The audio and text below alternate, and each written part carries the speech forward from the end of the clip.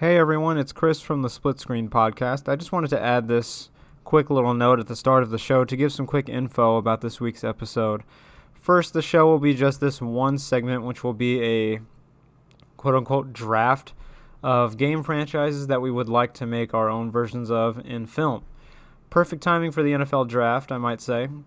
I know it's a little different than what I would normally do, but the segment that we recorded went a little longer than we both anticipated. Originally, it was going to be this segment and one in front of it to start the show off. If I were to keep that part of the show in this thing, it would be well over 2 hours, and I don't think y'all need something that long, nor should it be movie length. So, at least not yet. So, the next episode of the Split Screen Podcast will be back to a normal format, and I just want to let you know ahead of time. So, if the introduction to this sounds a little bit different, it's because it was supposed to be transitioned over from a different segment. So, like I said, next week we'll be back to normal, and I appreciate your understanding. I appreciate you sticking around to the end of the show as well. Also, quick shout out and thank you to JD for being a part of this segment. Thank you and enjoy.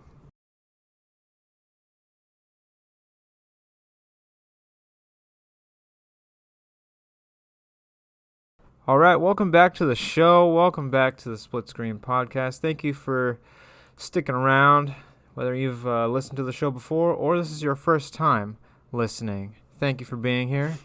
I'm joined by a lovely guest, JD. Once again, thank you for coming on to the show. Hi, I'm John. I'm wearing SpongeBob hoodie and a sensible pant. So we are here to have some gaming discussion. What do you mean by gaming discussion, Chris? Well, if you've ever listened to the show before, you know that I always describe it as laid-back gaming discussion for the most part, and we just like to talk like we're hanging out like we used to, like when we were kids, just talking stupid stuff about games, hypotheticals, and all sorts of stuff just to pass the time, and that's what we're doing here. And one thing that we would like to do when we were kids was sort of pick teams for characters, but this time we decided to hold what we are now calling the inaugural, wow, I butchered that pronunciation, inaugural split screen draft. Round of applause. That's what we voted for. So basically what we're going to do is we both get 5 picks. We get our draft picks. If you follow sports, you might know what a draft is. But basically we're going to take turns picking franchises of games, series of games, and we're going to compare teams once we're done. And so we have thought long and hard about our draft picks. What series would you pick if you were given the chance to make a movie out of them? And these are franchises. So for instance, let me go over some ground rules here. If you pick a franchise, the other person obviously can't pick the same franchise. Another rule is if you pick a game, you get that entire series. So if I pick, for instance, I don't know, Pokemon, I don't know, something general, right? He can't pick any other Pokemon games. So I get everything involving that because we have Pokemons at home. So we don't piggyback off of each other too much off of that. We are also joined in Split Screen Studios by Colton and Megan. They are right here chilling. Hello, Mr. Boss. I have candy on the table, so he's staring at me. So if you hear some barking, that's what it is. He said Gib. Dang. So are there any other rules? I don't think so. No barking, Wow. Bubs. That's the Right only on rule. cue. You can't have any of the Snickers. Yeah, so CG was he was so kind. He was ended up getting some little bite-sized Snickers. Yeah, for he us. wanted to give this explanation. Yes, I'm not allowed to have Snickers because of the way I choose to eat them, and I just wanted to put this out here so everyone knows what I'm about. This is the kind of person you are listening to today. So I like to eat the chocolate around the sides, and then I eat the chocolate on the bottom, then the chocolate on the top, and then the nougat on the bottom. And then when there's that little limp bit of caramel and peanuts, then I just chomp it right off, and I continue to section off the Snickers until there's no more. So please put in the comments if you hate me, or if you agree with me, because I feel like it's not that strange. All right, like thanks. When you have like Lay's chips with those ridges, you eat them from the side. You kind of bite them off a little bit at a time. All right. Stop looking at me like that. Yeah, thanks. The JD was dying to share that. I'm doing it right now on the show. So, I think that's all the ground rules, right? It's barely complicated. Nah, it's pretty. So those rules are grounded. We didn't decide on who gets the first pick, but I will give you the first pick. Rock, paper, scissors. We can do a rock, paper, scissors. Parchment, shears, as we call it. Just whoever wins first? Yes. Okay. Is it on on shoot, yeah. Okay. Oh, I forgot we have to do it. Oh, I didn't do it. You know what? You can go first. I lost that one. All right, I'll go first. So, let's get into this year's 2025 split screen draft. And also, if you have any better ideas for names, let me know. I'd love to hear them. So, with the first pick of the 2025 split screen draft, KC Chris G selects BioShock. You son of a gun. That was my first pick. Was it really? Yeah. Oh my gosh! Wow. I should have known. No, that's why I have options, because I knew this was gonna happen. So let me just give. I don't want to spend too much time on reasons why I picked it, but let me get into BioShock just for a second. One, the story is just fantastic, right? There's so many things in the gameplay itself that you can translate over to cinema very well. And what would really pull me in, along with I know a bunch of other BioShock fans, is the setting of Rapture, of course, and the history of that city. And just seeing it in live action would be really, really cool, I think. It would be breathtaking to see the visuals on that. But there's obviously different endings.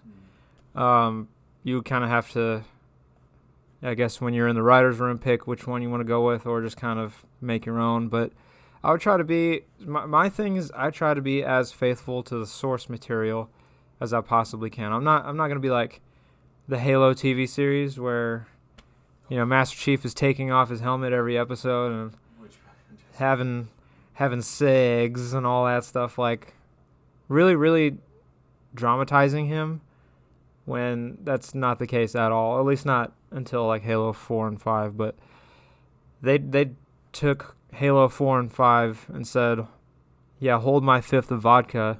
We're going to really make him into something that he never was. Yeah, so like the whole point of him, like, especially the game series, is that he's a silent protagonist who you sort of imprint yourself on as you play. That's kind of how those shooters went back then. And so it just kind of took away everything that made it special. So I understand. But going back to BioShock, wow. the story is just great. That was the big selling point for me. But when you combine that with the city of Rapture itself, you can incorporate some horror elements in there with that. And I think you have yourself a pretty cool action / horror / whatever the hell you want. Ooh, what era story. of BioShock? So are you thinking like pre sort of Fall of Rapture, or are you talking like post? Probably the post Fall. Yeah, I think you can go into the Fall of Rapture to establish some lore and history for it, but I would probably approach it the same way the games did, and you see Rapture after it's already fallen. And the thing about Fallout that I really like too is it gives you a sort of moral dilemma to deal with throughout the entirety of the story, and I love the dialogue that could bring with this film. So my first pick is BioShock. JD, do you have any thoughts? I think that's a great idea because I also thought it was a great idea, and I'm awesome. So, my thought was like the second game is revolved around the Alpha Big Daddy, who was formerly this sort of celebrity in Rapture named Johnny Topside. He was like a diver who ended up finding Rapture by accident, I believe, and so everyone in Rapture was like, "Whoa, he's from the surface. He's a celebrity now," and he was like Johnny Topside. And I think it would have been cool to sort of follow his story because it was very vaguely interpreted, like his backstory. Because I think the whole point is that he didn't know who he was, and so if we can dive deeper into that, I don't know. I would like to see that. Yeah, but you got me on this one, CG. That sounds pretty cool, man. Yeah. I agree with that as well. And that's why I think that you and I should just both get our own movies. Yeah. And we both work on our shared world there. But that I think that's all I have to say for my first pick. So, and I think it has to be a rule when you announce your draft pick. You have to say it like I did. So you're gonna say, with the second overall pick in the 2020, I should have typed it out. But go ahead. Go with your second pick. Okay. Or go with your first pick. So the second overall pick. So the first draft pick for Team Dynamite in the 2025 game election, we're gonna pick Dragon Age. Ooh. But yeah, Dragon Age, more specifically Duncan. So I don't know if have you played Dragon Age before, like the first one? No. Okay, well it's a fantastic game. Before Baldur's Gate, it was like the D&D game, and it's very special to me. I played it to death. Me and my sister loved that game. And actually, my girlfriend too. Like that's how we really bonded at first. And but the first game was especially good because it introduced this character who I just like. I don't know what it like. His name was Duncan. He was a Grey Warden, which was like a section of like these warriors, sorcerers, like rogues, who they fight against this sort of entity called the Blight. Well, it's not entity, but it's somewhat of a disease that is spread amongst humanity from like the other side of the Fade, and so the way they do that is they let in some of this like tainted blood of the Darkspawn, which normally would like change you into this spawn for evil, but on the very very small chance that you go through the ritual to become a Grey Warden, you survive, you can sort of like sense them, and you have this ability to just become awesome. It's really cool. And the first one we're introduced to is Duncan. He's like the one who finds you and basically turns you into a Grey Warden. But his backstory was pretty cool. Like he was just I can't remember where he was from. It was like High Ever or something, and he was a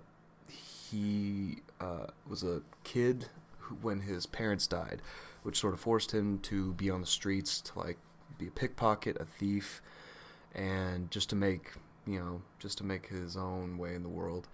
And he even ends up finding like this girl who he becomes really good friends with, becomes like a love interest, and she just like dies from a noble's carriage like hitting her, and I believe there's a book which goes over her like bleeding out in an alley. And he sort of like loses it after that. Like he has to be out by himself again. He ends up trying to rob this man an inn for like a special ring, and he accidentally kills this man, like to his horror. And after that, he was arrested for this, and he finds out from the victim's friend that he was a Grey Warden, that the victim was a Grey Warden. So this this Grey Warden who's trying to say, like, hey, well, you're about to be executed, so join us and you can live, sort of replace the unfortunate man who you murdered. And he is like, nah, I'm not going to do that. You know what, if the guy was okay with being, like, killed, like, if he didn't want to give up that ring, like, if he's okay with dying, it must really suck to be a Grey Warden. So I choose execution.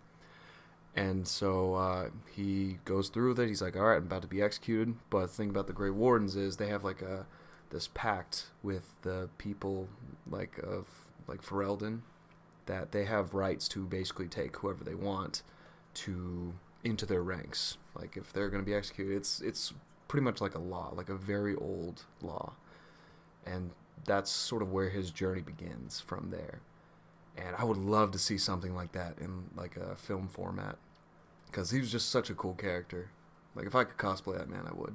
Just need to get a little silver, a little pepper in the hair first, though. That sounds like I would pay to see that. Yeah, I'd be there opening night. It's a good game. You should play it. I have so many games that I need to play, but I'm definitely not surprised by your pick with that. It sounds like a great pick. I don't know why I didn't think of that. You didn't play it. Bingo. Anything else to add? Well, I don't know. I don't know if I would want it to be a live action or a animated series. I mean, live action for Dragon Age would be totally fine. I just, it's one of those movies, like, I could see it being like Rogue One, where if you can make it a good enough movie, the theme doesn't really matter. Because it's fairly similar, I imagine, in writing, in my head, how I see it, to, like Game of Thrones, I suppose. That's a show, but, like, it's all fairly similar, I guess. Don't tell Aubrey I said that. All right. So we have BioShock off the board and Dragon Age off the board. That's a huge pick for you. I'm not gonna lie. I tried to pick something I knew you didn't play. All right. So I think I have a little bit of a curveball for you here. So, are you ready? Yep, shoot. All right. With the third overall pick in the 2020-2025 split screen draft, Casey Chris G selects Turok. Yeah, knew that was coming. Did you really? Yeah, absolutely. You talk about Turok all the time. Okay. Well, I wasn't sure if you would pick that or not, so I put it on my list. It was actually pretty high up on my list, but it was actually at the top until I thought about the potential of BioShock. But Turok is such an interesting concept to me. And I'm talking about the original Turok storyline, not the newer one that came out on the Xbox 360. And that one sounded cool, or that one was cool in its own right, but something about the original Turok it just stood out to me so much, even as a young kid, because I played it on the Nintendo 64, and then as I got older, I played Turok Evolution, and that game was what really turned me on to Turok. And so I think if I were to start a series, or a film, rather, or a film series, excuse me, I would start with Turok Evolution, because not only is it a prequel to the first game, but that's the game I think of whenever I think of Turok and that series. So for me, the biggest thing about Turok that I would want to adapt on, and I think this is the key to making a good adaptation of this, would be to get the Lost Land right, where the games take place. And the concept is just like BioShock. The concept of the setting of the Lost Land is so interesting to me, because for those of you who don't know anything about Turok, it's like for the most part, you're playing as like a Native American warrior who has the mantle of Turok to protect the Lost Land, which is a land with time doesn't mean anything there. There is no time. There's no such thing as time in the Lost Land. So, and the Lost Land is made up of various pieces of different worlds and universes. At least to my knowledge, it is. But it's made up of different sections and pieces of different worlds throughout the universe, throughout space and time. So you can have a section of, think of it as like Secret Wars Battle World, but in Turok.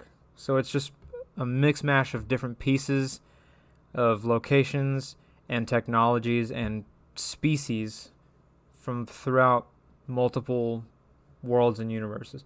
So to me, you have a Native American warrior going up against cowboys, like Wild West cowboys that are riding T-Rexes armed with futuristic technology weapons. Like, that just sounds insane, right?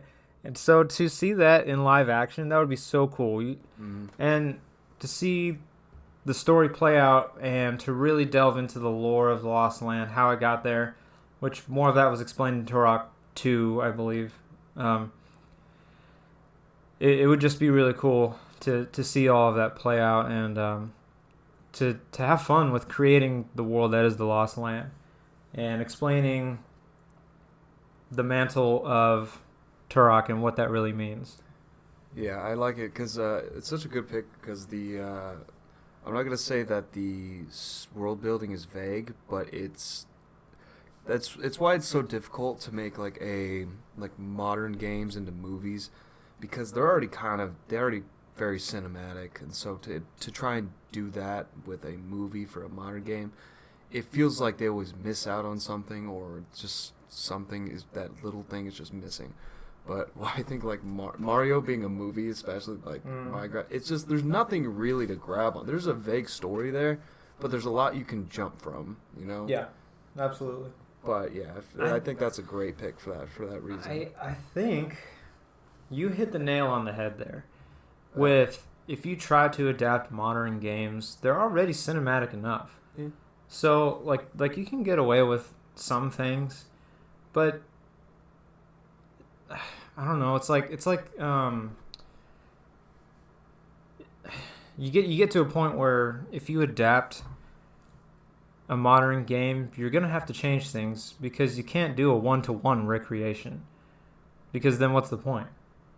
You might as well just play the game at that point and experience it yourself. I get that not everyone plays games and these stories are interesting out to them, but you know, you have to take some creative liberties to make it fit within also that time limit that you would have in a movie. So like the thing I think of is oh shoot, what's the name of that game? Nate's gonna kill me. Well, that one. The one with the Tom Holland is in it and Spider-Man? No, the movie. Oh, wait, you're talking about damn it, what is that called? Yeah, why am I blanking on this? Must not be a good game. Oh shoot, am I gonna have to look it up like in the middle of the episode? But I mean, I didn't play it. I know of it. But Uncharted, wow, why couldn't I think of that? I never played it. It took elements from multiple games and like 1-to-1 recreations of scenes from 1, 2, and 3 instead of what I would do is just adapt one game at a time. But, you know, at the same time, if you make these films a 1-to-1, you know, retelling of it essentially, then you might as well just play the game. Very true. These games are so cinematic as it is, which is why I think you'll find, without too many spoilers, that I'll have a lot of older games on mine because one, that's what I grew up with, but two, I think it would just be easier to carry things over. It gives you that creative leeway to adapt the story / when you're at the point where you're telling elements of the story that are told in cutscenes of those, it's going to be like brand new. Well, still the reason why at the same time. games, like, if I could speak about it very realistically, for a while I've kind of thought movies were a fairly antiquated concept because, like, games got very popular recently. It's because it's a way to interact with very interesting stories in a way you can control. Like, you can play a game and you rarely play it the same way twice. It's always a new experience. A movie, you gotta hit it right the first time, and I think that's why it's so tough to really make it work. But I mean, yeah, that's why newer games are freaking hard to make into something. Borderlands. Let's talk about the Borderlands movie. Well, let's not talk. Let's not talk. Kevin about Hart, really? Come on. Well, that's my piece. That's my anger and my piece at the same time. But so I think that's all I have on Turok Evolution, and I think we're ready for your second pick, the fourth pick overall. Wow. Okay, let me go and give you a good one. Okay. You probably didn't see this one coming. It is Vampire the Masquerade. Is that something you've played? No. Man. Okay. Well, it was like a tabletop, kind of like Dragon Age. Both of those were tabletop games. They made this tabletop game named Vampire the Masquerade into a game, and it was very similar to Dragon Age, where it's like you make a character, they have stats, they have abilities, and it's very much an RPG type game. So have you seen the movie From Dusk Till Dawn? Yep. Or was it Dusk Till Dawn? Mm-hmm. So it's kind of like that, like goth punk, like dark type vibe, you know? And it's where you sort of take on like the life and unlife of being a vampire, or I guess what they call it, kindred. So the whole point of the game is that you were turned into a vampire illegally, and your sire, which was the vampire who turned you, was killed for that, and essentially you're clanless. You get to pick from like one of 7 clans. They're each different. It's really cool because they really give it personality. Like, everyone has personality. Like, there's the Brujah. They're like those radical like philosopher types that are like very fight the power. Nosferatus, like those are like the really ugly ones, and they have to be stealthy because you have to, in this game, like, uphold the masquerade. The whole point is that you can't let them know that vampires exist. So there are rules set by the vampire government, and it's like you can feed on people, make sure they don't see you, you can't use your abilities in public. It's like things like that. And depending on the character you have, it's tougher. And like Nosferatus are like the ugly, like bent over, like they have to travel through the sewers because if they see you, like, it's pretty much already done. Like, you will get murdered. I love the Malkavians. They're so cool because they're the crazy vampires. And while you have dialogue in the game, like, their whole thing is that they're like historically they're like seers and like fortune tellers, like wise women and such like that. But they're crazy because they have this like collective consciousness. They can like see the future, but they're like insane because of it. And your dialogue, while it would be normal for any other character, for them it is the most randomized thing. Like, you can't really talk to anyone. Like, the options are still there, but they're hidden behind gibberish. So it's either you've played the game before and you sort of know what dialogue option is what, or you're just going in random and you have no idea what you're saying. It's really cool. And so the whole point of the game is, like, you are, 1, upholding the masquerade, and 2, you are sort of dancing on the edge of your vampire fangs with, like, humanity. Because, like, if you drain someone and murder them, your humanity goes down, like the beast wins. And so while you can die from not upholding the masquerade and the vampire like government kills you, or you can lose your humanity, and you basically turn into a feral vampire, and they kill you all the same. It's really good, and I just like the style of it, because it's like that really grungy, like LA type feel. And yeah, it's really good. It's very dark atmosphere, and I think it would translate great to a movie. That Great sounds really game. cool.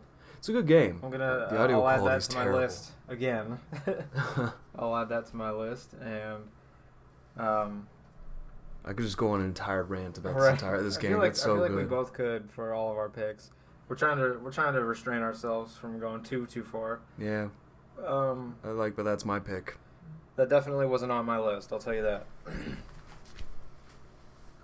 And So, let me. What? I picked the Toreadors, by the way. Okay. The Vampire Socialites. So, that was what, the fourth picks? I believe that was the fourth. Yeah, the fourth pick. So, what else do we have in store for this inaugural draft? That's a good question.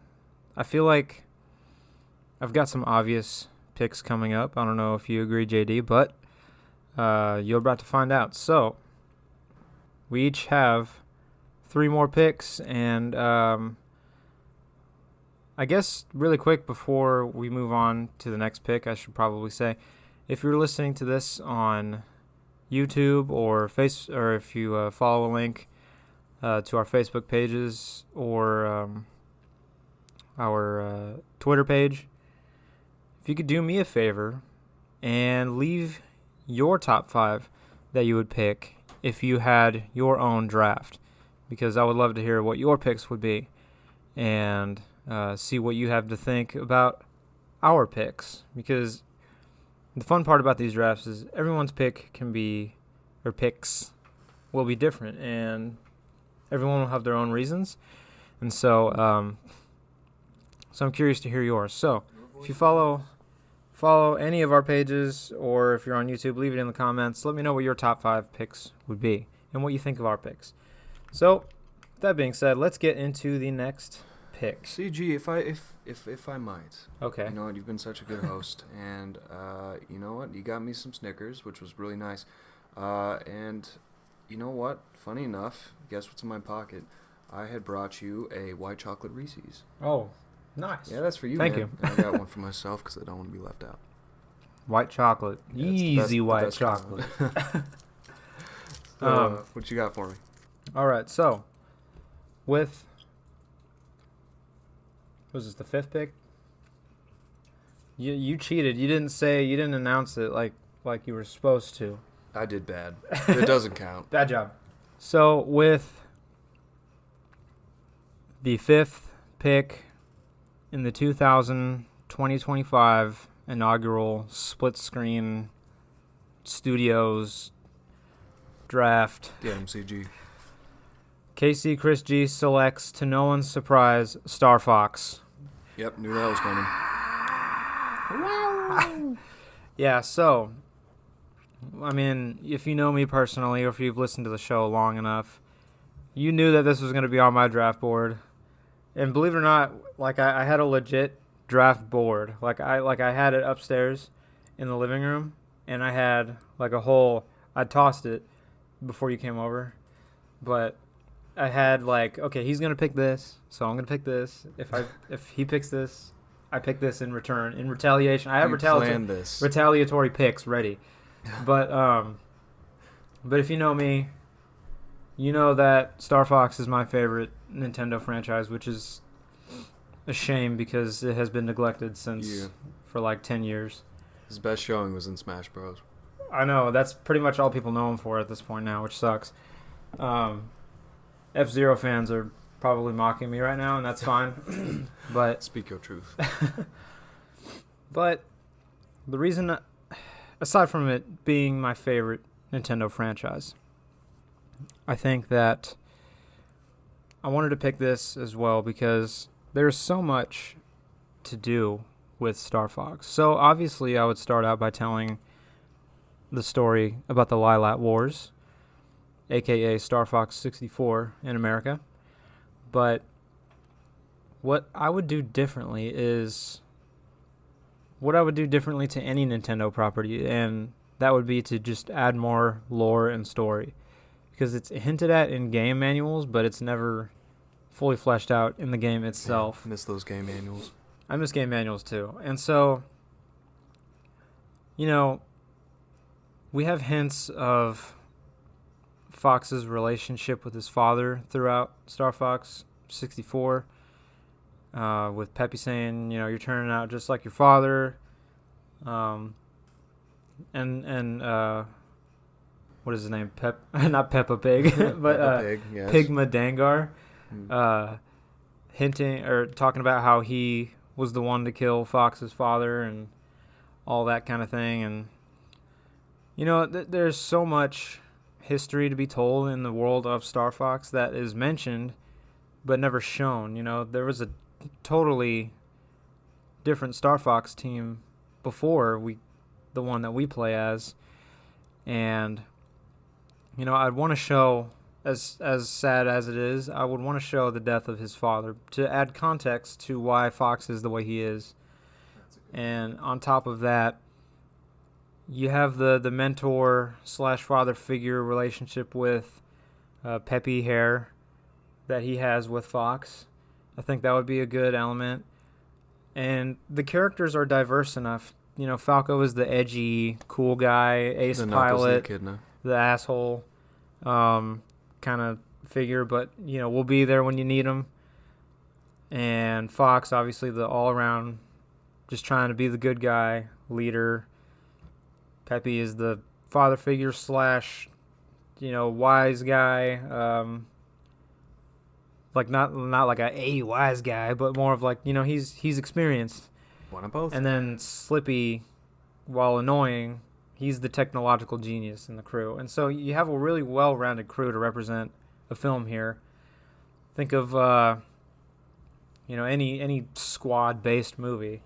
But you know, like you don't figure out why, unless you read the manuals, why Andross is declaring war, why his relationship with the Cornerian army and with General Pepper, which I always told Abby, if we get a dog, I'm naming him General Pepper. That's great.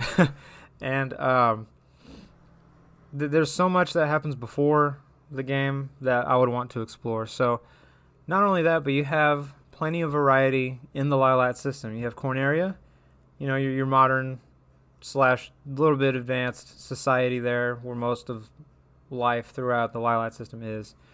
You have Aquas, the ocean planet. You have the sectors XYZ.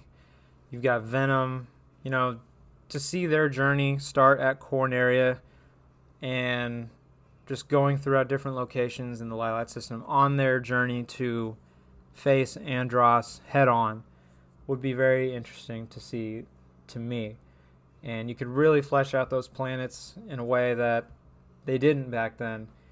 They do a little bit in Star Fox Assault, and that's the thing, is when you pick a series, you pick the whole series. You don't just get the first game or whatever. So this also ties back into my BioShock pick, because you have some good variety in the sense that you have Star Fox 64 where it's a system-wide conflict that you're showing, but then you get to Star Fox Adventures and it's a totally different ballgame. It's a more on-foot, Legend of Zelda-esque type gameplay. I didn't hate it. And I didn't either. I love that game. I don't know if it was still a good pick for a Star Fox game per se, but I still enjoyed it. And so if you were to fully adapt from 64 all the way to the Wii U adaptation, which is essentially a retelling of the 64, which 64 was a retelling of the original game. You got that. You've got your, Star Fox Adventure, which takes place on Dinosaur Planet. So you go from this sci-fi futuristic saving the universe or saving the galaxy type story to something that's on just one planet, and that planet is seemingly stuck in like an ancient time period almost, because there's dinosaurs. You're going to ancient ruins. You're going to everything. It's a total 180 from what Star Fox 64 was, with elements of Star Fox 64, and that's only because it wasn't a Star Fox game originally.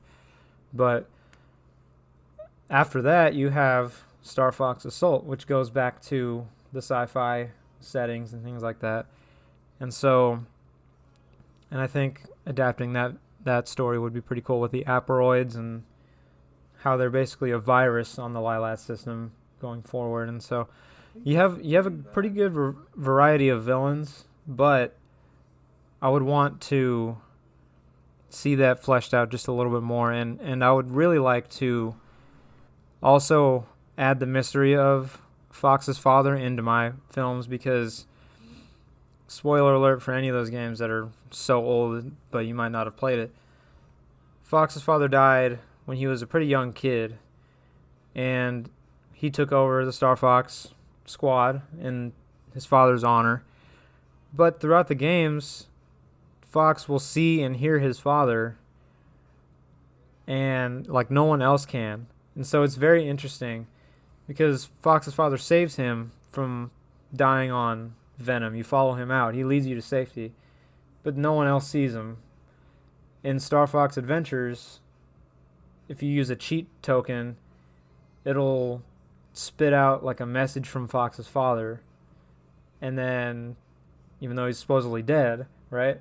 So, like, the mystery of Fox's father makes no sense, but it's a recurring thing throughout these games, and I feel like it's something that needs to be explored a little bit more. And then in Star Fox Assault, that really blew my mind, because if you are, like, assimilated into the hive mind of the Aporoids, it can then use that voice. So, like, did you ever play Star Fox Assault? No. Oh, well, spoiler then. But basically, General Pepper gets assimilated into the Aporoid, like, virus, I guess is what I call it. And so when you're making a final stand against the Aporoids, you hear General Pepper's voice saying to, like, either join them or, like, don't finish them off.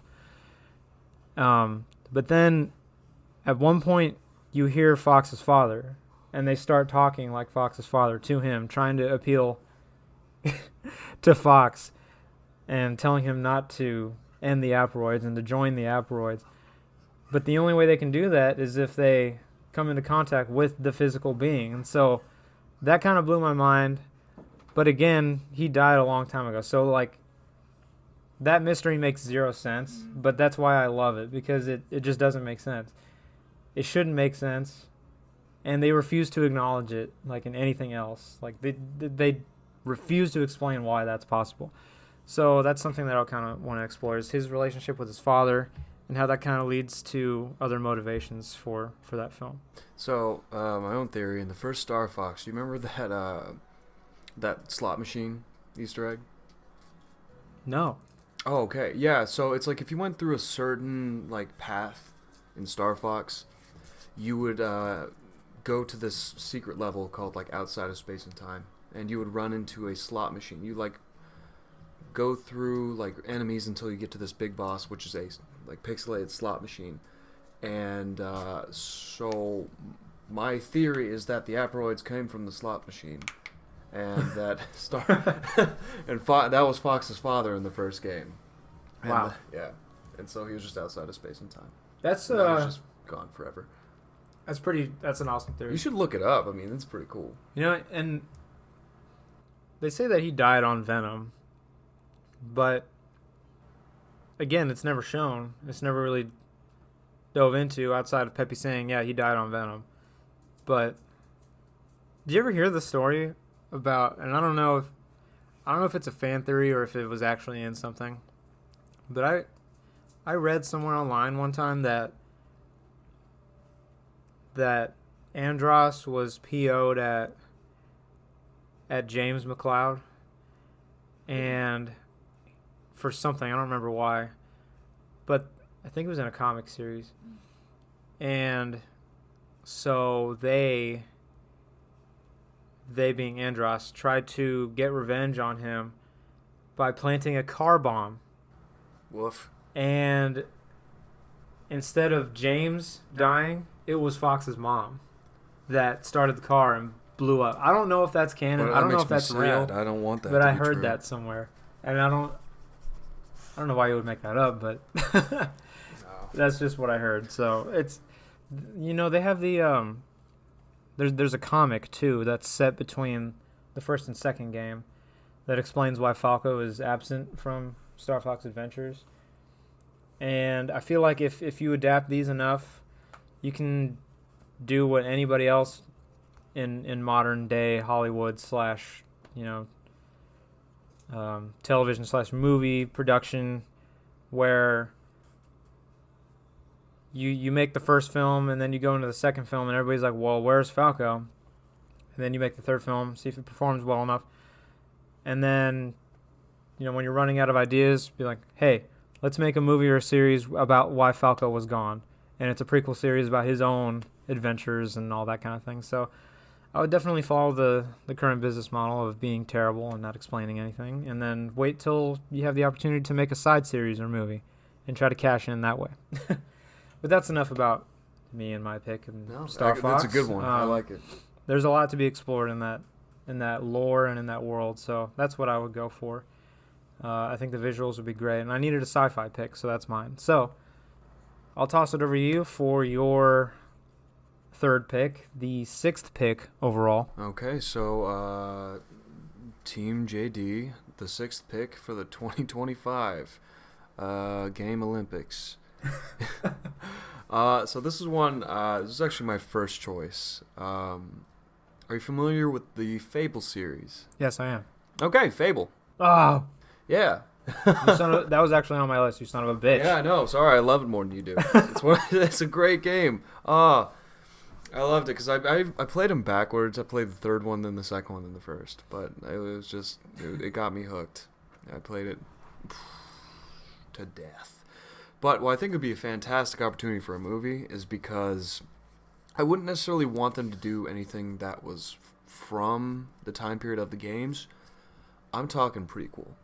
So, in Fable, especially the first one, which I just finished, weirdly enough, in the game series, it's always hinted about the first hero, the sort of a mutant among the subservient humans of Albion. His name was William Black.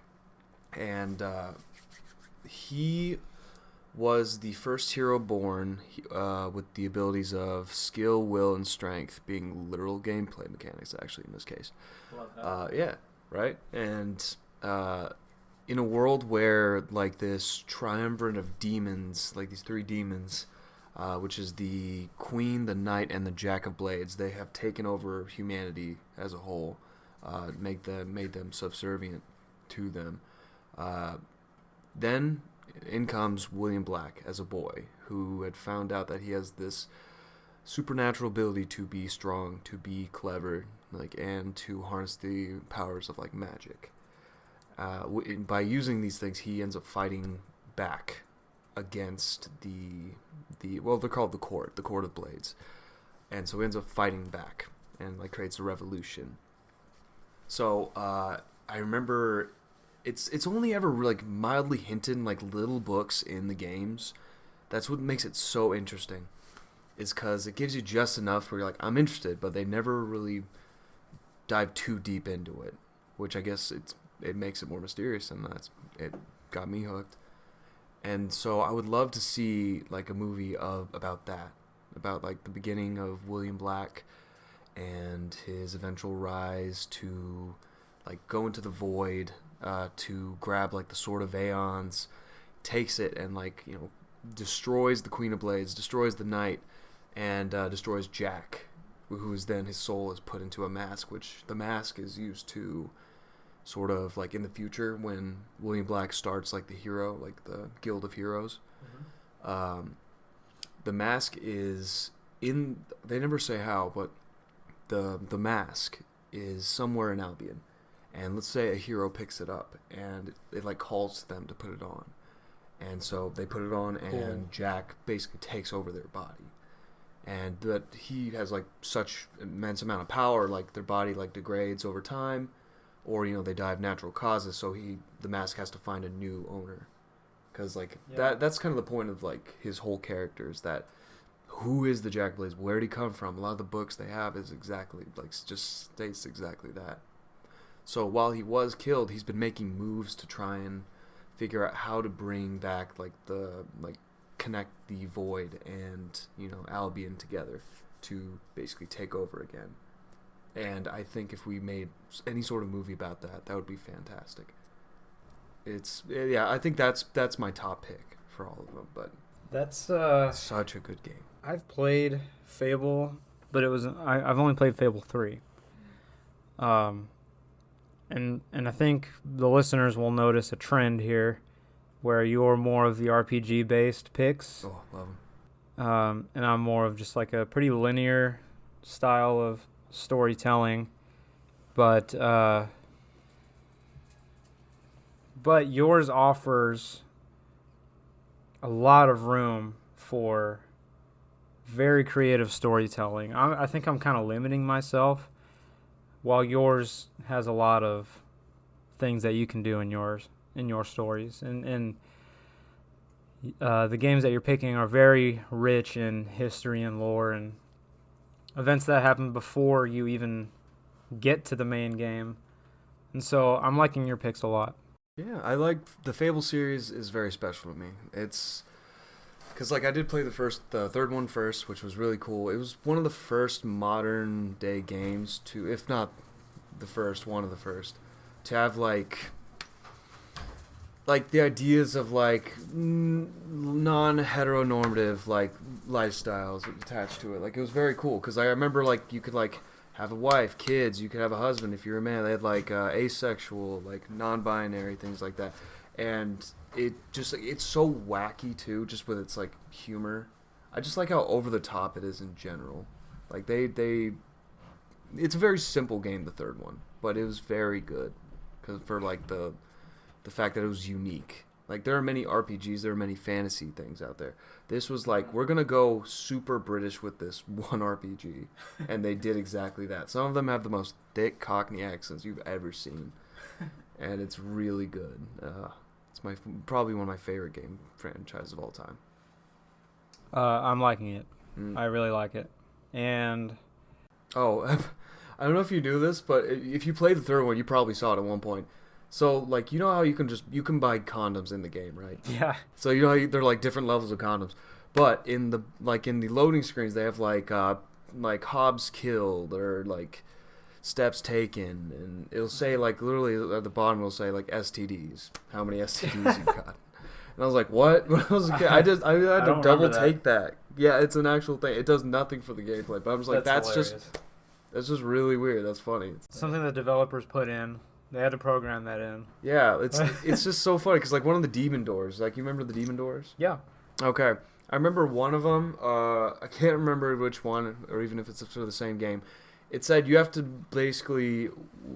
look absolutely fucking ridiculous, like dress in the most ridiculous way possible, like eat a bunch of food, get really fat, wear a chicken head it's like a red powdered wig with a like armor boots with like a chicken body or something, and it's like there's like a weirdness formula there for this game, and like I don't think I've ever seen it recreated before because it doesn't try too hard. That's the thing. It doesn't really insist upon itself. It's just like, we made a weird game. This is funny to us, and it turned out to be funny to me too. So I was like, yeah, great. I think we need that kind of creativity in modern games.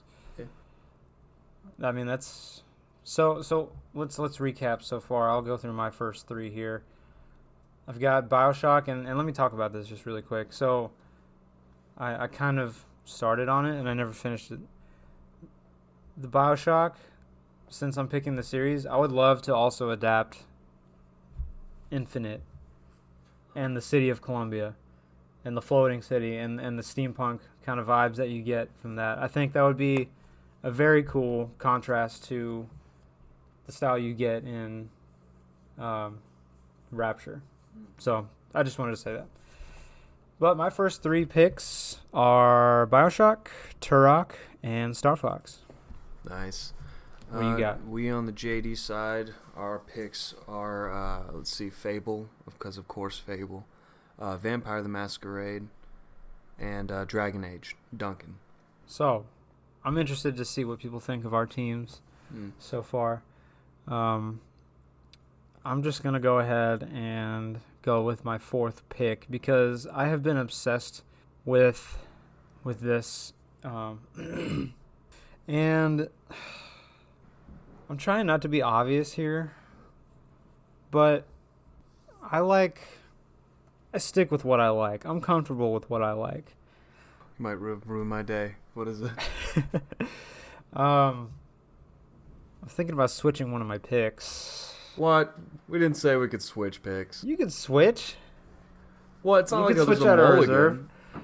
reserve.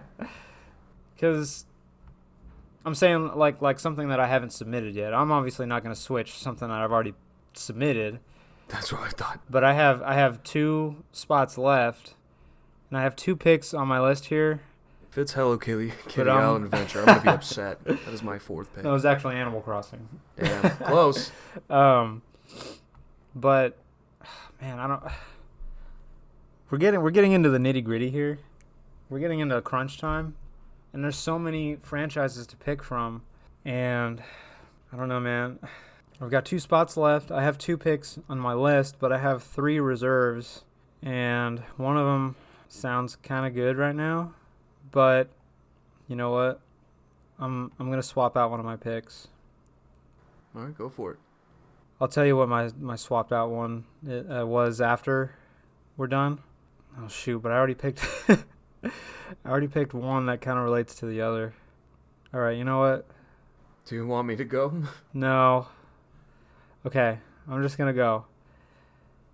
It's beyond obvious. So with the what is this? The 7th pick, right? With the 7th pick. My 4th pick, the 7th overall pick in the 2025 split screen inaugural Super fun time, spectacular. Yeah, party time draft. Casey Chris G selects Gears of War. Yeah, I kind of knew that was coming. And but let me say this. I don't think you saw this coming. Pot of Greed. I'm going to opt to not tell the story of Marcus Phoenix. Now that surprised me. I'm not going to tell the story of Delta Squad. You are a Marcus Phoenix stan. I am. I'm also a Dominic Santiago fan. Of course. And the only reason I submitted this is because I'm doing this. If I was going to say that I'm going to adapt the main story, then I wouldn't have picked it. Which is why I didn't pick it. Which is why it wasn't on my list originally until just now. So, what would you pick then, right? Or what story would I tell? I'd like to think of this as like a Band of Brothers scenario. So I would like to do, instead of a film, I'd like to do multiple series. And I would like to focus on different squads throughout different time periods of the war. So like you can do a series or film set during the Pendulum Wars, which is what I would want to do. I think that'd be pretty cool. Before, obviously, the COG gets their hands on the blueprints for the Hammer of Dawn, which ended the war. I would also like to tell a story about a squad, and unfortunately, the Coalition stole my idea for this, with them making Gears of War E-Day. But I wanted to tell a story of just a random-ass squad Love that. responding to the situation happening on E-Day and seeing their reactions for the first time against the Locust, or to the Locust. We kind of got a taste of that in Gears of War Judgment, because that was only like 2 weeks or something like that after E-Day. But I wanted to see it, like, starts off just normal day in the COG, still celebrating the war over the victory over the UIR, and ending the Pendulum Wars, just to have that upended and That would be badass. And I just would love to see that. seeing the emergence of the locust horde and witnessing the destruction of the planet-wide, and leading up to, I think I would want to end that on and I know this doesn't happen for quite a while, but I would want to end it on a very grim note, because I like a film that doesn't have a happy ending. I like to show the audience, and I like it when films show the audience that not everything has a happy ending. Not everything works out the way you want it to. Sometimes the good guy gets screwed. And It's true. that's why Infinity War is still my favorite Marvel movie, because they lose. Yeah. And they get their asses kicked, That's what made it good. which is why I loved the way it ended. It didn't leave you on except for the post-credit scene, which I still think they should have left that out. But for the most part, if you left before the end credit scene, you left with a note of like, yeah, they're screwed. And holy shit, like, there's no idea of how they can respond to this. It just leaves you on a like, yeah, what just happened? And I would want to end this film on that same note. I would want to, for this particular film, I would want to end it with, I don't know if you've read the books, but it's hinted at in the games, where humanity, as a last-ditch effort, like basically annihilates the surface of Sarah with the Hammer of Dawn strikes.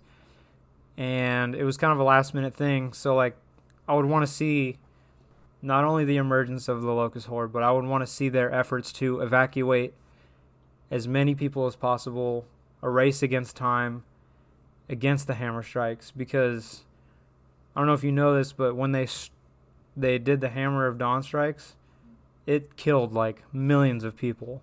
I did not. But they did it to deny the Locust land and resources. Like, it was basically asset denial. But in doing so, they sacrificed like millions of their own people and civilians and things like that. And so in the books, it details this, and it details people trying to like rescue as many people as possible, get them to evac zones, get them to safety, and you can't save everyone. And that's what I want to see, is the Hammer of Dawn strikes, and just seeing them like lose their own people. That would be very cool to see, in my opinion. And very sad, but that's what I want. And then finally, you can tell the story about, post Gears 2, post sinking of Jacinto, when the Lambent are the main issue at that point. And so I think there's a lot of stories to tell that don't involve Delta Squad. I think what I would want to make definitely a film out of is a squad going into the Hollow during Gears 2. So have it take place at the same time as Gears 2, and show them during Operation Hollow Storm, when they first go into the Hollow to take the fight back to the Locust. So yes, it's obvious the Gears pick. Yes, we all saw it coming from a mile away. But I wouldn't want to touch Delta Squad. I would want to show what because the COG army is huge, at least at the start. Despite their massive losses on E-Day, it's still a big army. And so there's a lot of story to tell that doesn't involve Delta Squad. So that's what I would pick. I like it. I would love to see that in a movie. Let's see. Well, might as well move on to mine, because I'm actually pretty excited about this one.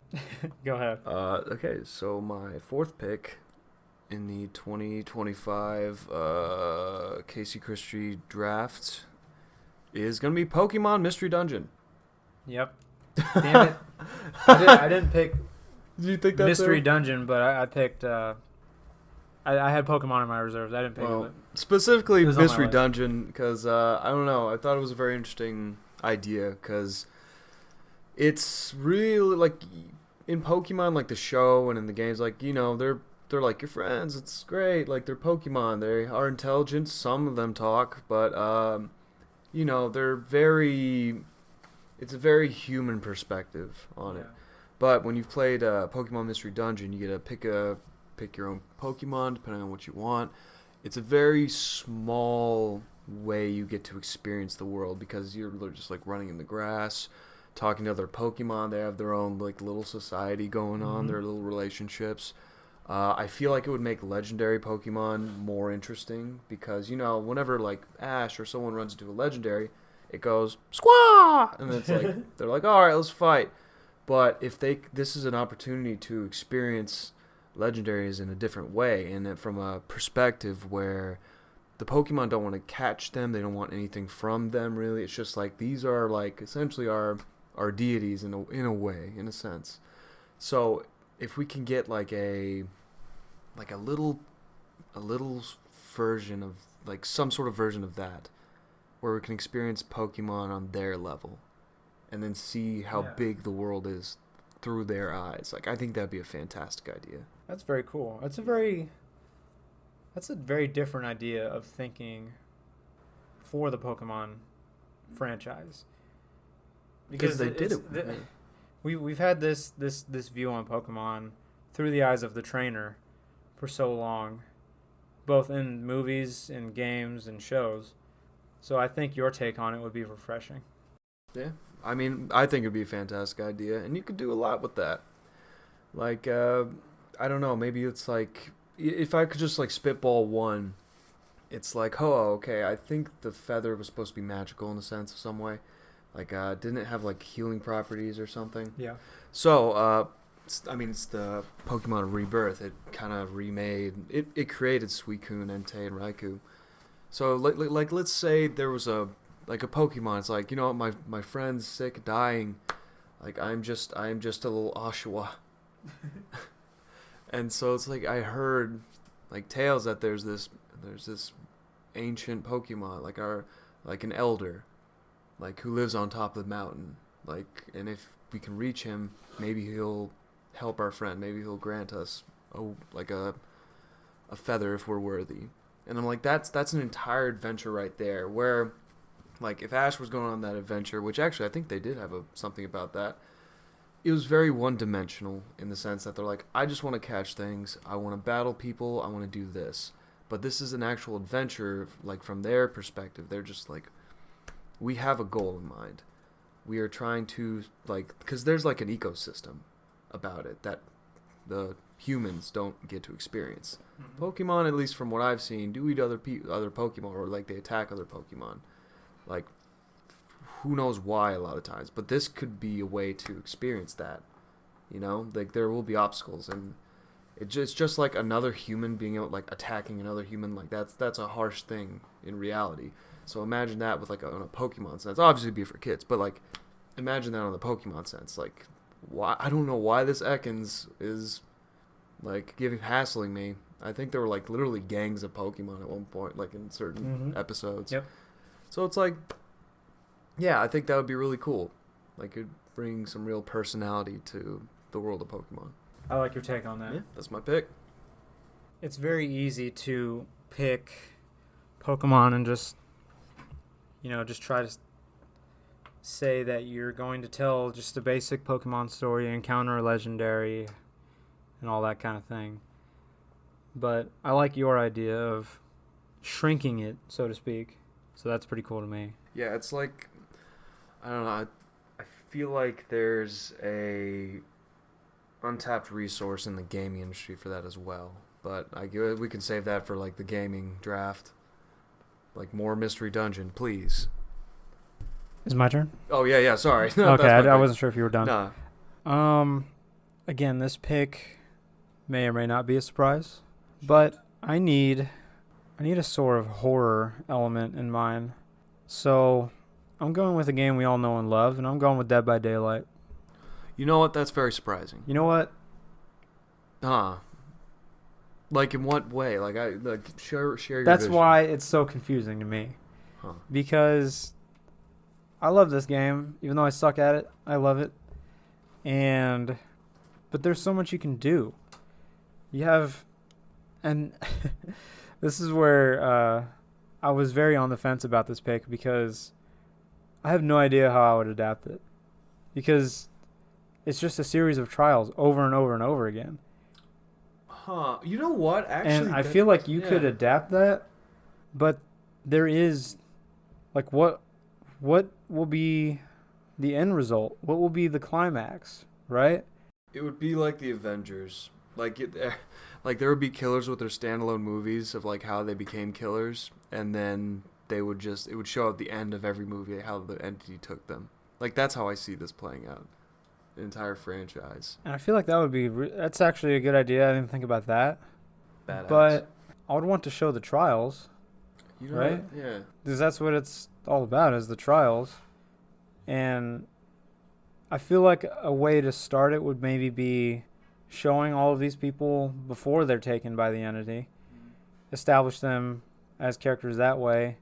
And I know trials don't last all that long, but if you can figure out a way to make like one trial last like a good amount of time for a movie, or maybe you can show 2 trials, and explain, but not all the way, what the entity is. Like I don't keep track of Dead by Daylight lore, but the concept of that every time you lose a trial, like a little bit of you dies at the same time, even though you know what I mean. Like you're always gonna respawn, obviously gameplay wise, but like lore wise, I think it's stated that as long as you have some form of hope to get out of the entity, you will stay there, and until you just lose all hope, and then you've permanently stay dead that way. But that concept to me is interesting, the concept of hope that you can get out, but that's also the reason you stay in. That concept is interesting to me.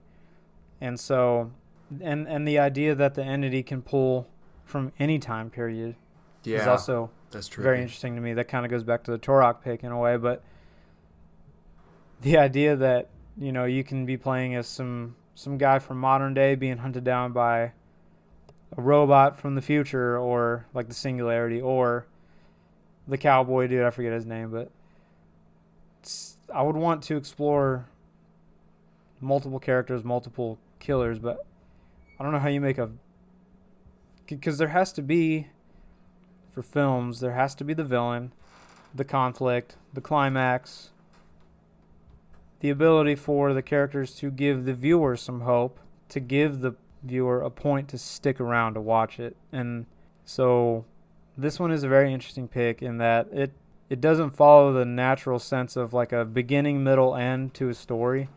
It's just a consistent cycle and loop. So how do you make a movie out of that? That's the issue that I find with this. But that's what also makes it intriguing to me at the same time. We'll just make it a Nicolas Cage exclusive movie. And at the end of this, like, very normal Nicolas Cage movie, the entity takes him. All right, well, let's get to work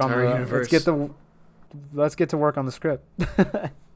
So that's hear that, Nicholas? That's my pick. So just to recap, all 5. BioShock was my first pick, followed by Turok, Star Fox, Sonic Adventure, and Dead by Daylight. Actually, no. I didn't pick Sonic Adventure. That's the one I swapped out. I was going to pick Sonic Adventure, but I swapped that out for Gears of War. I see. So that's a spoiler for later, but those are my 5 picks. So let's go with your last pick. We're getting down to so what is going to be the pick and what is going to be the honorable mention? It's a real tough one.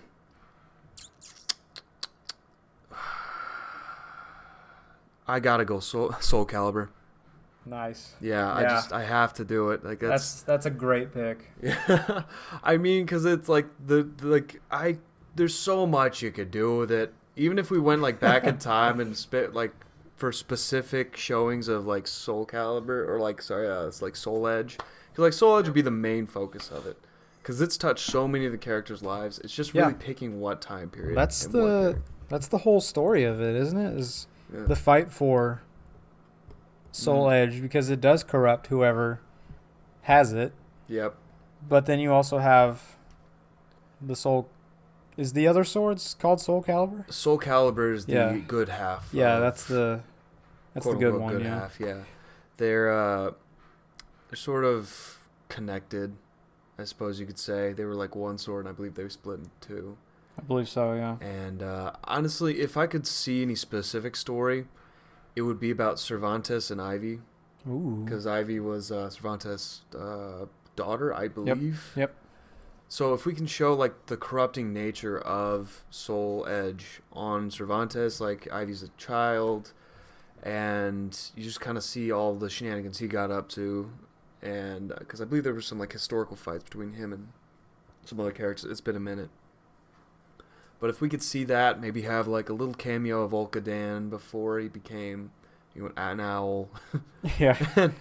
And then like towards the end, like we see like Ivy like her transition, like probably broad cut from like the child to the adult now searching for Soul Edge, and then cuts to black. Maybe sequel. I just think that would be great. Anything. So any character could have like a story, because they all want something.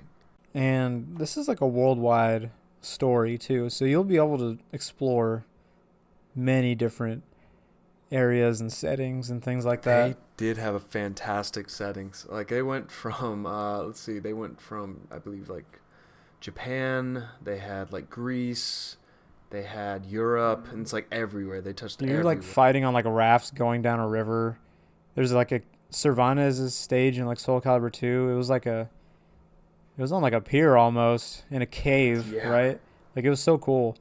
A library for like Raphael or something like that. And the variety of characters in Soul Calibur is just so cool.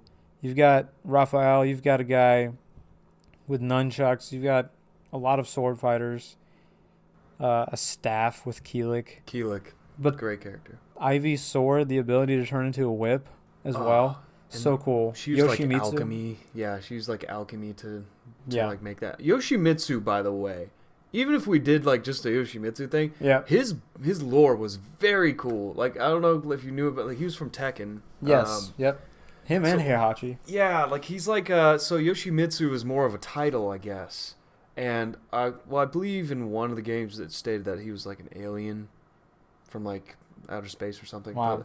But, like it's like a title that essentially you are Yoshimitsu, you fight for the people until you find a successor who will then kill you and then takes up your mantle as Yoshimitsu, in which case I believe you chop off your arm and something along those lines. Like he has like a very interesting backstory, and I think that would be really cool to. That sounds sick. Yeah, it's really badass.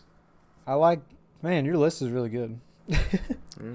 I really wanted to win. Especially since we grew up playing Soul Calibur 2. I would make the Soul Calibur 2 with Link in it. Just shoehorn him in somehow. I would like him in the background. Blatant copyright Somewhere, infringement. Like, I would love him like Or Spawn. Spawn. Yeah, the it's like Xbox. it's like they're like the main characters like are on screen, and then you see in the back, like Link, his back is turned towards you, or like someone who's wearing Link's outfit, like holding up a pot at a flower shop, just like looking at it, like, huh. That'd be so funny, Just, like, dude. looking, I'm like that'd be funny. That'd be great. That'd be a cool Easter egg. I like that pick a lot. Thank you. That was one of my favorites. So can I share with you my reserves really quick? We won't Please. go into them, but so you already know that I picked Sonic Adventure, and really I've just been dying to see Perfect Chaos on screen. Oh, Perfect Chaos is so cool to me, and to see him level a city like he did in the original Sonic Adventure, I feel like that would be cool to see in live action, because yeah, he becomes Perfect Chaos, and of course Supersonic defeats him, but the city's already destroyed. People are dead. But I mean, he beats him. yeah. And then Tails has the nerve, the unmitigated gall, as someone would say, to say, well, all's well that ends well at the end of that game. But as the city is flooded and buildings are destroyed, and then Sonic is just like, oh, hey, there's Eggman. I'm going to go chase after him. And then he just leaves. I would just It's hilarious. love them to, like, for any future copies, for them to insert an audio clip of a backhand sound before he runs off.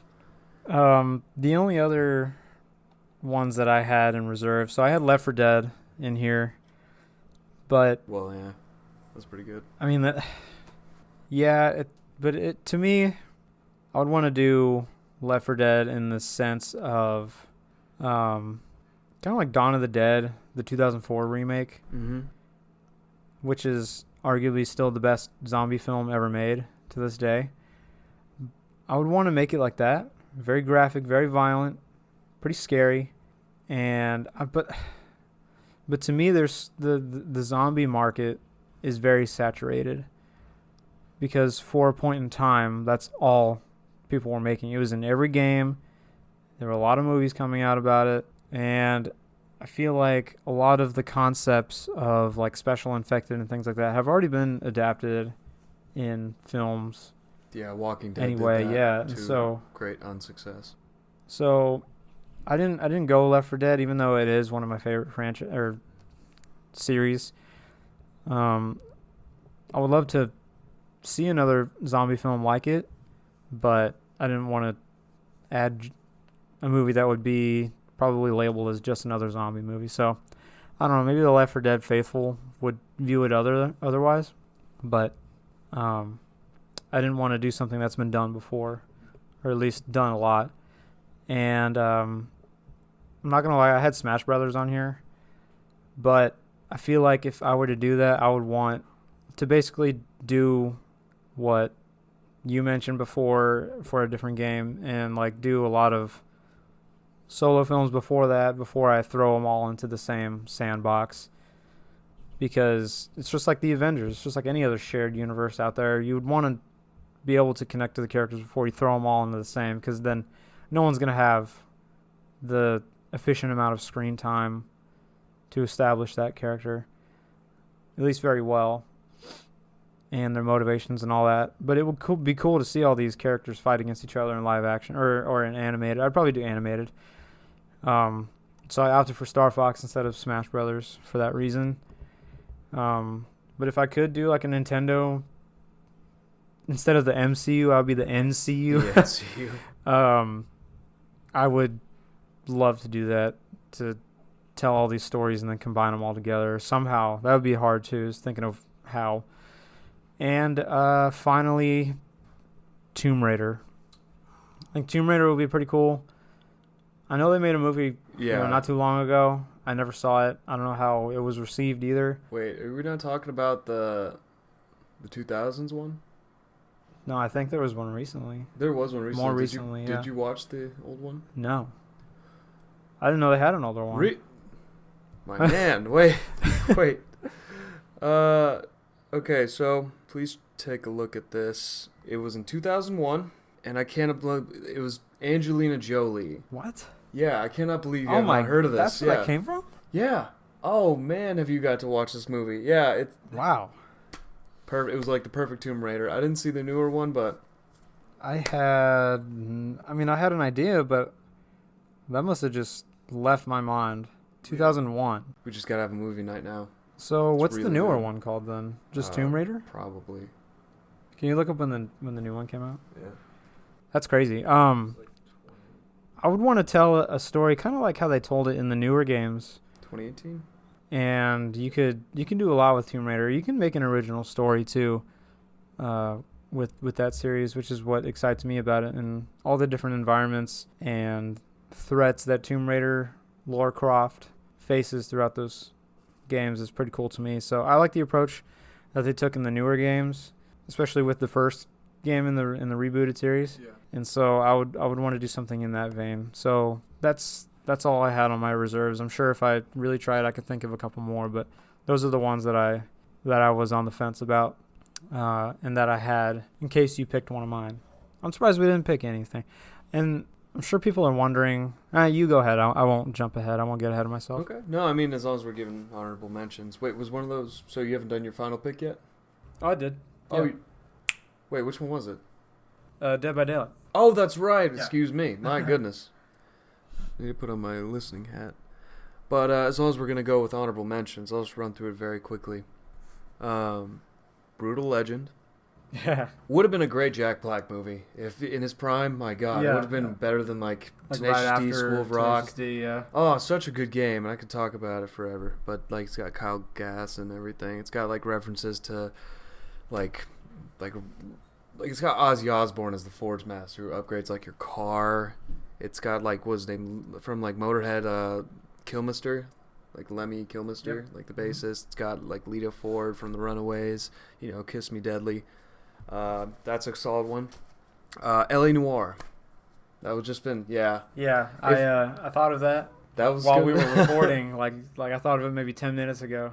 Yeah, I was like, it's- LA Noire was pretty damn good. Oh man, honestly, that was like the second runner up for my actual pick. It's like hardboiled detective navigating the grit and grime of post World War II L.A. It's always in Just L.A. a classic Yeah. mystery / whodunit Mm-hmm. kind of deal. I love those stories, and the soundtrack was phenomenal in that game. Fantastic.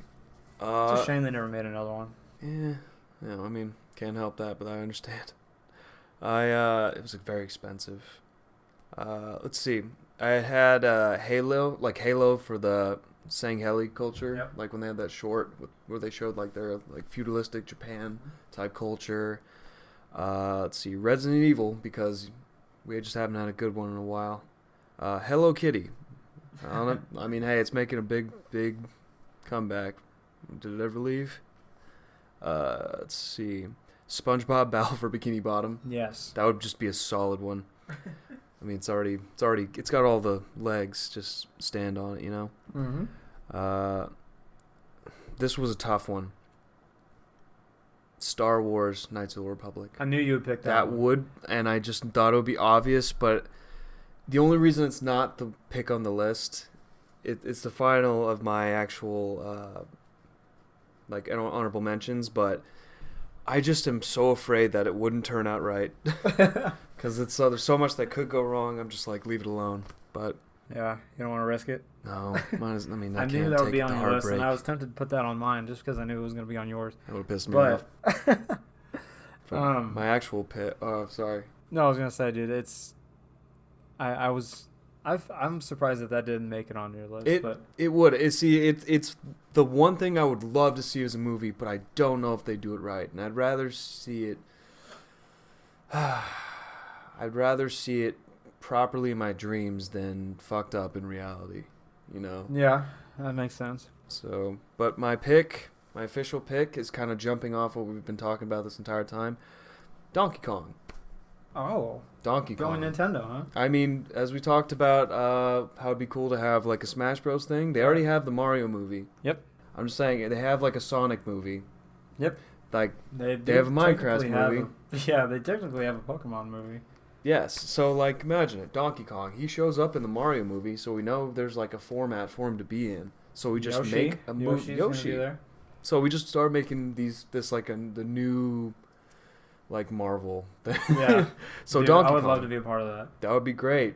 I think. A Donkey Kong Country inspired adventure would be freaking cool. Yep. Or Donkey Kong 64.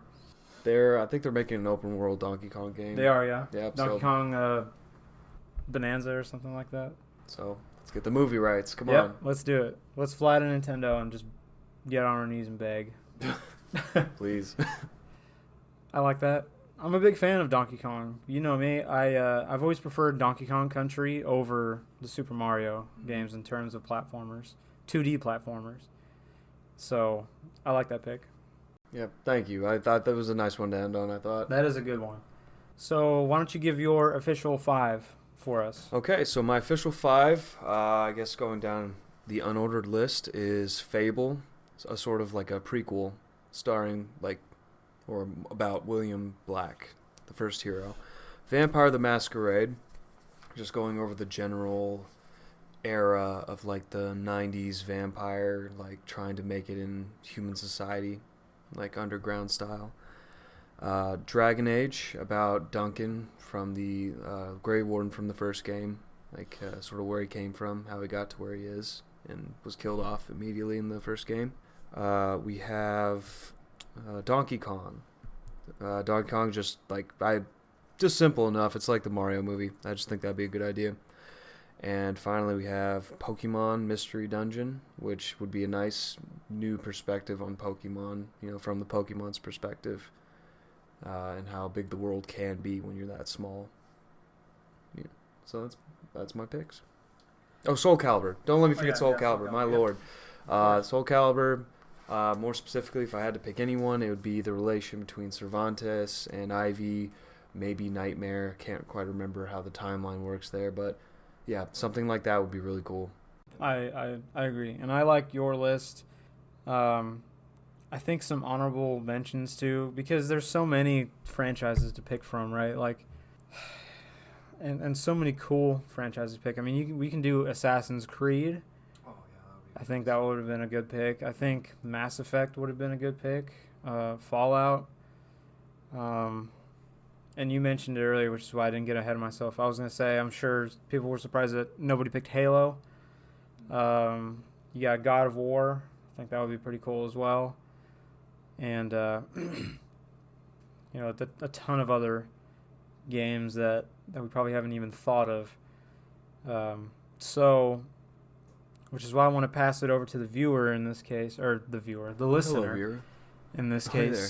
So, I mean, let us know what you think of our list. Who do you think won this draft, this first draft? And this probably isn't going to be the only draft of the year. I feel like we can just do, you know, drafts about any miscellaneous thing.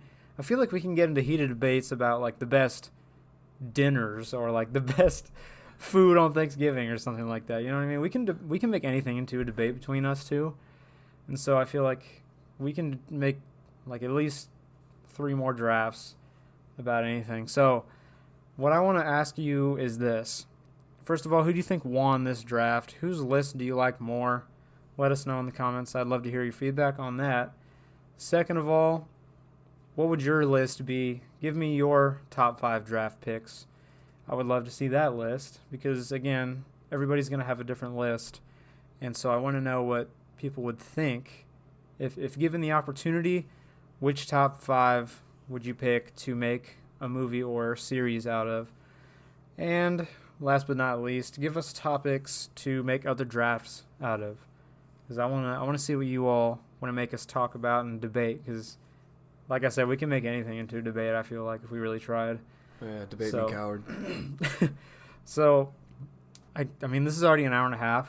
Yeah. So I feel like this should be its own episode. So I'm probably going to make it its own episode, just this segment. And I'll make another episode later on.